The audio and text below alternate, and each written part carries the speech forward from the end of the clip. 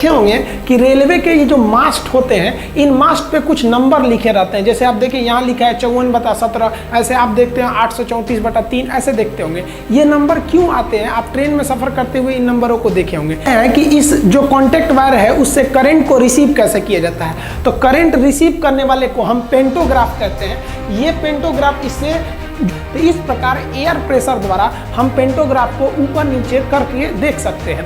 अब ये पेंटोग्राफ घिसता क्यों नहीं है, तो ध्यान दीजिए। पेंटोग्राफ की हाइट जो होती है वो एडजस्ट हो सकती है, बहुत ज़्यादा भी हो सकती है, कम भी हो सकती है। जय हिंद। इससे पहले एक वीडियो जिसमें हम बताए थे वैक 12 के बारे में, तो वहाँ कई लोगों ने पूछा है कि सर ऊपर का तार घिस क्यों नहीं जाता है। तो इस वीडियो में हम लोग A to Z समझेंगे। देखिए, रेल का जो खंभा होता है, ये खंभा, इस खंभे को हम लोग कहते हैं मास्ट। ये खंभा कहलाता है मास्ट।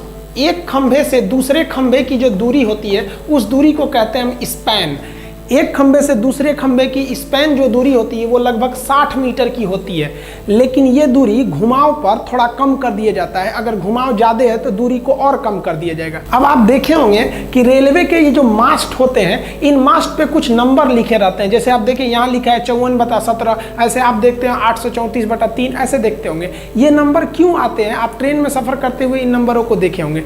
ये नंबर इसलिए बनाए जाते हैं कि ड्राइवर जब लोकोमोटिव ट्रेन को ले जा रहा होता है और रास्ते में अगर उसे ट्रैक में कोई गड़बड़ी नजर आती है कि ट्रैक गड़बड़ है, कहीं टूट फूट हुई है, तो कैसे बताएगा कि कहाँ पे गड़बड़ी आई थी। क्या बोलेगा कि दिल्ली से चले थे, एक जगह गड़बड़ दिखा, खोजिए, तो ट्रेनें लड़ जाएगी।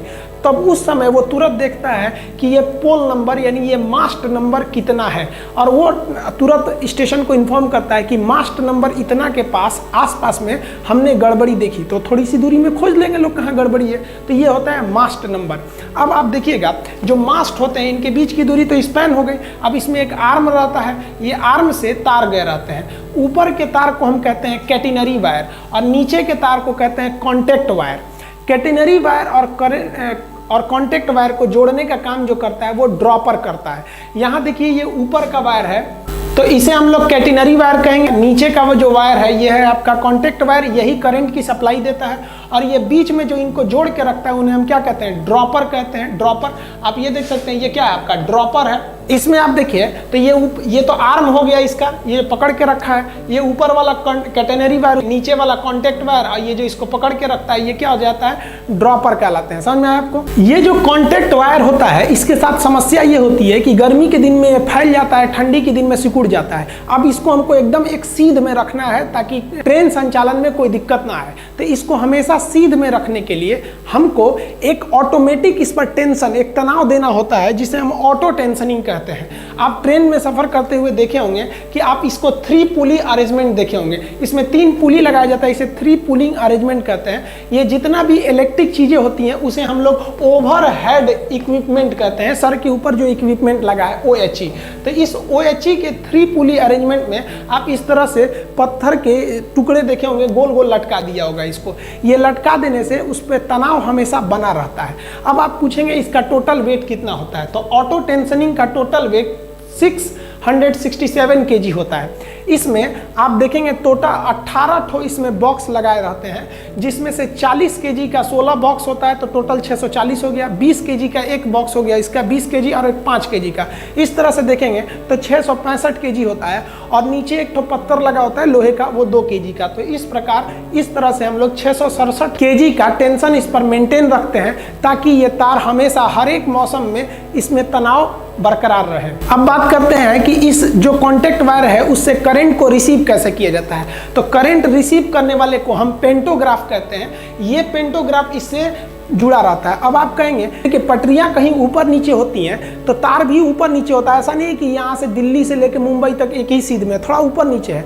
तो ये ऊपर नीचे होने से छोड़ ना दे, इसलिए इस पेंटोग्राफ को हम यहाँ से एयर प्रेशर देते हैं नीचे से। ये एयर प्रेशर से उसको ढकेले रहता है। अगर ये ढकेले हुए है, तार ऊपर भी जाएगा तो कोई दिक्कत नहीं हो, तो पीछे से पुश करके ही है। और अगर तार नीचे है तो ये वापस चला आएगा। इसमें एक वाल लगा रहता है कि अगर तार नीचे आ रहा है तो उधर के प्रेशर से ये इधर आ जाता है, लेकिन अगर उधर प्रेशर कम है तो ये ढकेल देता है। तो इस प्रकार एयर प्रेशर द्वारा हम पेंटोग्राफ को ऊपर नीचे करके देख सकते हैं। अब ये पेंटोग्राफ घिसता क्यों नहीं है, तो ध्यान दीजिए, जो तार होता है ऊपर वाला वो कॉन्टैक्ट वायर वो कॉपर का होता है, मजबूत होता है। और ये जो पेंटोग्राफ होता है, इसका जो ऊपरी फेस होता है, जो कांटेक्ट में रहता है वायर के, उसको जानबूझकर हम नरम लोहा को बनाते हैं, क्योंकि दो चीज़ों में अगर घिसावट होती है तो वही घिसता है जो कमज़ोर होता है। तो जानबूझकर पेंटोग्राफ का ऊपरी भाग हम नरम लोहा का बनाते हैं कि इसमें घिसावट जल्दी हो जाए। और एक चीज़ और, जो वायर ले जाया जाता है उसको एकदम स्ट्रेट नहीं ले जाया जाता, हल्का सा घुमा, हल्का सा तिरछा कर दिया जाता है कहीं सीधा, ताकि जो इस पर घिसावट हो वो एक ही जगह ना हो, इस पर घिसावट अलग अलग जगहों पर होती रहती है।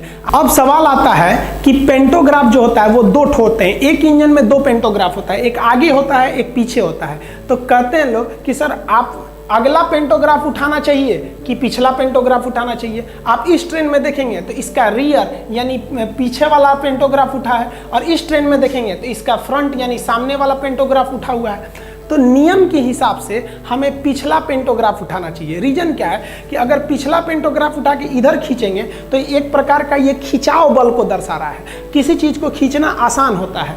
और अगर आप फ्रंट पेंटोग्राफ को उठाकर ट्रेन खींचते हैं तो ये एक ढकेलने वाले पुश फोर्स को दिखाता है, तो पुश करने में ज़्यादा एनर्जी लॉस होता है। तो अगर पेंटोग्राफ आगे वाला रहेगा तो ये पुश फोर्स को दिखाएगा, इसमें एनर्जी ज़्यादा लॉस होगी इंजन की। और अगर वही पेंटोग्राफ रियर यानी पीछे का उठा रहेगा तो ये पुल फोर्स को दिखाता है, खिंचाव को, जिससे कि इंजन की एनर्जी बचेगी।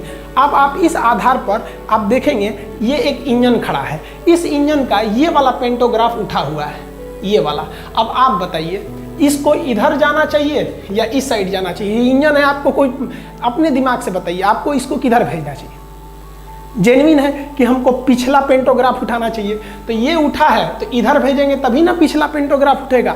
आप इसको देखे भी होंगे, देखिए पेंटोग्राफ की हाइट जो होती है वो एडजस्ट हो सकती है, बहुत ज़्यादा भी हो सकती है, कम भी हो सकती है। एक्चुअली मुंबई से दिल्ली तक में एक डेडिकेटेड फ्रेट कॉरिडोर बनाया जा रहा है, वहाँ पे केवल मालगाड़ियाँ चलेंगी उस रूट पर, और 2 तल्ली मालगाड़ी चलेगी, मतलब 2-2 तल्ला मालगाड़ी पर हम लोग कंटेनरों को लाद देंगे, जिसको हम डबल डेकर कहते हैं। देखिए यहाँ एक के ऊपर एक लादा हुआ है। एक्चुअली इस इमेज में तो आपको EMD लोकोमोटिव दिख रही है। आप कहिएगा कि sir EMD locomotive, Alco locomotive, WAG, WAP, ये इंजनों में डिफरेंस बता दीजिएगा, तो उसमें अलग वीडियो बना सकते हैं। लेकिन यहाँ पर देखिए ये ट्रेन तो डीजल से चलने वाली है, इसके लिए क्या जरूरत है इलेक्ट्रिक को लेने की। लेकिन अगर सोचिए कि अगर यहाँ इलेक्ट्रिक लोकोमोटिव रहता तो इसका जो पेंटोग्राफ था ये काफ़ी हाई उठाना पड़ता पेंटोग्राफ। तो हाई पेंटोग्राफ भी होते हैं सब, देखिए यहाँ इसका पेंटोग्राफ कितना हाई है, तो हाई पेंटोग्राफ भी हो सकते हैं। ये एयर प्रेशर पे होते हैं, ये ज़्यादा उठ भी सकते हैं और नीचे भी रह सकते हैं। जब ये डबल डेकर रूट में है तो ये डिपेंड करते हैं पेंटोग्राफ की हाइट कि जो ऊपर OHE है, ओवरहेड इक्विपमेंट, उसका कॉन्टेक्ट वायर कितनी ऊंचाई पर है, उसी हिसाब से ये एडजस्ट हो सकता है या नीचे आ सकता है। आई होप आप समझ गए होंगे। इसके अलावा अगर आपको भी आप जानना चाहते हैं कि ये लाल वाला डिब्बा यानी LHB कोच और ये नीले वाले डिब्बे ICF में क्या अंतर होता है, आजकल जो इंजन आ गए हैं EMD आ गए हैं। हालांकि आप पहले देखेंगे तो एल्कोहल होते थे, इससे जुड़ा बहुत हल्ला करता था, ये वाला झक झक झक झक धुआं फेंकता था काला, ये वाला दुक दुक दुक दुक चलता है, ये बहुत तगड़ा है, धुआं भी कम करता है। आइए जो ट्रैक के ऊपर ये नंबर लिखा है, पोल नंबर, ये तो बता ही दिए किस लिए लिखा है, ताकि कोई ट्रैक में गड़बड़ी हो तो ड्राइवर देख के बता सके कि यहीं पे गड़बड़ी था। और भी आप ट्रेन में देखे होंगे सफ़र करते समय एक इस तरह से एल्युमिनियम का एक्सल काउंटर आपको डिब्बा मिलता होगा, ट्रैक के किनारे FM लिखा होता होगा। मालगाड़ी के अलग अलग डिब्बे देखते होंगे, कुछ खुले हैं, कुछ सपाट है, कुछ बंद है। अगर इसके बारे में भी आप जानना चाहते हैं तो कमेंट करके बताएं, उसको भी हम बिल्कुल कम समय में और आसान भाषा में समझा देंगे आपको। तब तक के लिए जय हिंद।